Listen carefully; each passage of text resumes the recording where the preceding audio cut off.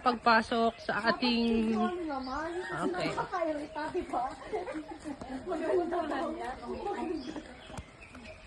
Maganda siya sa video. Woo! Tapos na kami sa ulan.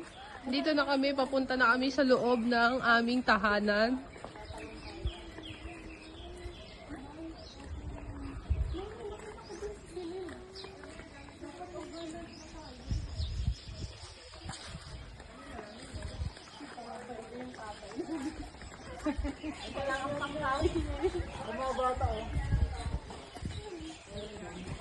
Pwede tumalon-talon dyan.